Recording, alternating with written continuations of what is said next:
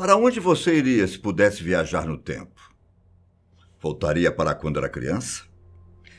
Tentaria jogar na loteria? Ao que parece, a Força Aérea dos Estados Unidos descobriu uma forma de driblar as leis do espaço-tempo e decidiu viajar ao passado para comprovar de uma vez por todas a existência de Jesus Cristo, o Messias em pessoa. E olha, um dos oficiais que participou da missão ceiou com ele, ouviu as pregações e ainda testemunhou os últimos dias daquele que tem influenciado pessoas por 2 milênios. Você pode acreditar ou não no que eu vou te contar agora, afinal, envolve viagem no tempo e elementos de ficção científica. Só que eu garanto que esse pode ser um passo revolucionário para o entendimento do que move a fé. Eu sou Ivan Lima e aqui você confere a história do homem que voltou ao passado e se encontrou com Jesus. Não perca tempo, já deixe o seu like aqui embaixo e se inscreva no canal, ok? Como você reagiria se Jesus Cristo aparecesse hoje aqui na Terra? Independente do que você acredita ou não, imagina o retorno do Filho de Deus. Você acha que mudaria de opinião? Como é complicado tocar nesse assunto, não é? Só que foi exatamente isso que aconteceu com o Major Jazão, codinome escolhido pelo espanhol Juan José Benítez ao escrever os relatos do militar na série de livros Operação Cavalo de Troia. Em 1980, esse mesmo major, que preferiu não ter o nome revelado, chamou o escritor para uma conversa, afirmando ter em mãos documentos ultra-secretos com dados sobre a vida de Jesus Cristo, que nunca foram revelados para a humanidade. Um desses fatos afirma que Deus não exige templos e muito menos rituais para a fortificação da religião, já que a fé e a crença são sentimentos que devem ser vivenciados para serem entendidos. Um Deus Pai bom e generoso, como é descrito.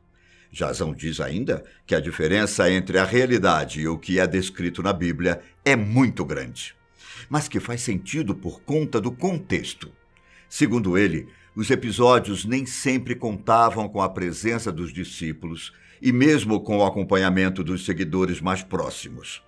A formação cultural dificultava que todos os acontecimentos fossem entendidos. Vale lembrar que a operação aconteceu em 1973, 7 anos antes de Benítez tomar conhecimento das narrativas. O tal do major foi escolhido por ter uma personalidade imparcial e cética quanto aos assuntos relacionados com a Bíblia, o que foi completamente abalado após ele encontrar Cristo e ouvir os ensinamentos pessoalmente. Eu conheço muitas pessoas que mudaram de ideia após conhecerem a fundo a palavra cristã. Mas já imaginou ser ensinado pelo Messias? Surreal, não é? Só que a primeira opção para a viagem não foi essa. Ora, você tem a possibilidade de voltar no tempo em mãos. Ideias não vão faltar para qual período histórico viajar. Só que é preciso ter responsabilidade e cautela para decidir para onde ir. Primeiro, a Força Aérea pensou em mandar os viajantes para o ano de 1478, na Ilha da Madeira, localizada a sudoeste da costa de Portugal. A ideia era comprovar as informações obtidas por Cristóvão Colombo a respeito das Américas. Outro plano que o governo elaborou foi de voltar para 1861, nos Estados Unidos mesmo, onde o objetivo era identificar a origem da Guerra Civil Americana e também conhecer os detalhes dos pensamentos de Abraham Lincoln. Mas veja, em nenhum momento eles pensaram em retornar ao passado para mudar os rumos da história. De jeito nenhum. Afinal, temos produções o suficiente na ficção que atestam de todas as formas como pode dar errado ou alterar a linha temporal. Então, nada de salvar o presidente, nada de evitar guerras, nada de revelações do futuro. O que passou, passou e não pode ser alterado.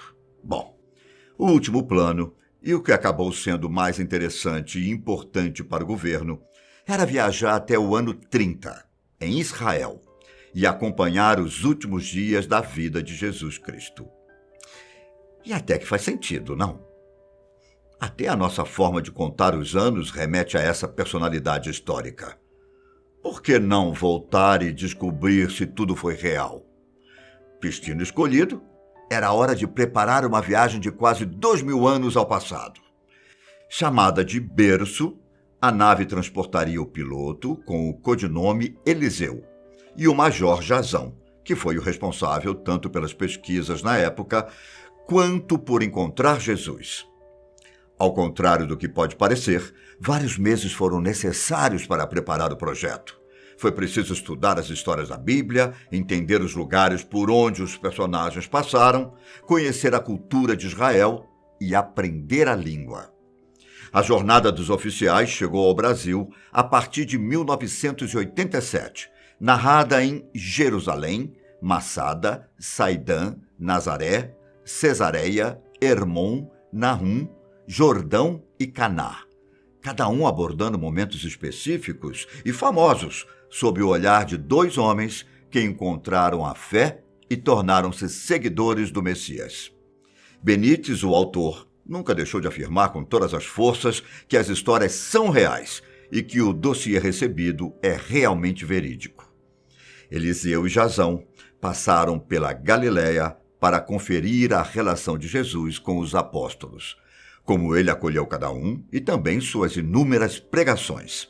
Não apenas isso, a relação familiar dele com os irmãos, amigos e os pais também é abordada em detalhes, com uma narrativa que é descrita como emocionante e praticamente indescritível. E como se não bastasse, Benítez ainda revela que os militares também conseguiram tirar fotografias e gravar vídeos dos momentos com Cristo. Algo que chega a dar um nó na cabeça, só de imaginar sendo transmitido em algum lugar. Claro que os arquivos foram guardados em total sigilo, e é provável que pouquíssimas pessoas tenham tido contato com eles. Parafraseando o que é dito em O Código de Da Vinci, tamanha informação seria capaz de renovar e fortificar a fé, ou talvez acabar com ela de uma vez. A expressão cavalo de Troia foi muito mais uma homenagem à história grega do que uma representação ao pé da letra do objetivo da missão. Veja, a ideia dos gregos ao entregar um cavalo de madeira repleto de soldados a Troia era tomar a cidade, e a nave, ou melhor, o berço, não tinha a intenção de mudar a história, apenas de checar os fatos e retornar com os resultados para o século XX. O volume 4, por exemplo, aborda os anos desconhecidos de Jesus, os quais não se sabe exatamente o paradeiro dele e o que ele passou, para transformá-lo no homem que conhecemos. É dito que Jesus teve vários trabalhos ao longo da adolescência e o início da fase adulta. De viajante a carpinteiro, a trabalhador de forja e chefe de armazém responsável por abastecer caravanas, o Messias caminhou por todos os cantos, aprendendo sobre o seu povo e entendendo todo o papel que deveria exercer. O major, inclusive, teria até passado por maus bocados durante a aventura, sendo preso em um local subterrâneo e conseguindo fugir tempos depois. Elogiado pela riqueza de detalhes, é possível entender o porquê do tal major ter escolhido passar as informações para frente. Experiências tão ricas e surreais como essas não poderiam morrer no escuro. E ele descobriu que Benítez era a pessoa certa, após ler o livro O Enviado, também escrito pelo autor e lançado em 1979. No material, Benítez narra uma investigação sobre os últimos momentos de Jesus antes da morte. Fato é que o major soube, naquele momento, que o escritor era a pessoa certa. Me surpreende que essa série de livros ainda não tenha sido adaptada ao cinema. Nas obras, até a Última Ceia contou com a presença dos militares. É dito que Jesus apareceu muito mais vezes para o povo após a ressurreição, e até que a Virgem Maria e Judas não foram tudo o que estava escrito. E isso poderia gerar uma grande reviravolta na igreja, eu imagino. Judas, por exemplo, é descrito como um homem que espera muito mais de Jesus do que realmente era o propósito dele. Judas não entendia que Cristo veio ao mundo para pregar o amor e a mensagem de um Deus Pai. Ele acreditava que Jesus era um homem revolucionário, preparado para acabar com os romanos e libertar os judeus.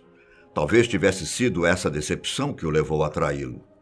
Até João Batista é incluso nessa história, como um homem que falava de um Deus diferente, um Deus vingativo e cruel. Teria Jesus realmente sido tentado pelo diabo no deserto? É mais um dos questionamentos que encontramos na obra. Enquanto as histórias comprovam a existência do Messias, elas também batem de frente com pontos cruciais da Bíblia, como o fato de Cristo ter vindo para libertar a humanidade dos pecados. Veja, nas narrativas de Benítez, o Jesus tem um diálogo em que diz que todas as pessoas já seriam salvas, independente dele ter vindo para a terra ou não. Uma ideia que, caso aceita pelo mundo religioso, mudaria o foco da fé. Ora, é a crença no sacrifício de Jesus na cruz e a confissão e arrependimento dos pecados que garante a salvação dos fiéis. A morte dele é crucial para isso e não apenas um ato simbólico, entende? O autor ainda acrescenta à narrativa conceitos de ufologia, que é o estudo de atividades e assuntos relacionados a objetos voadores não identificados, OVNIs. Por exemplo, no momento em que Jesus é crucificado, é dito que as trevas que surgem por conta da morte do Messias ocorrem porque um disco voador teria bloqueado a luz entre o Sol e a Terra. Você acredita que existe muito mais história do que é descrito na Bíblia?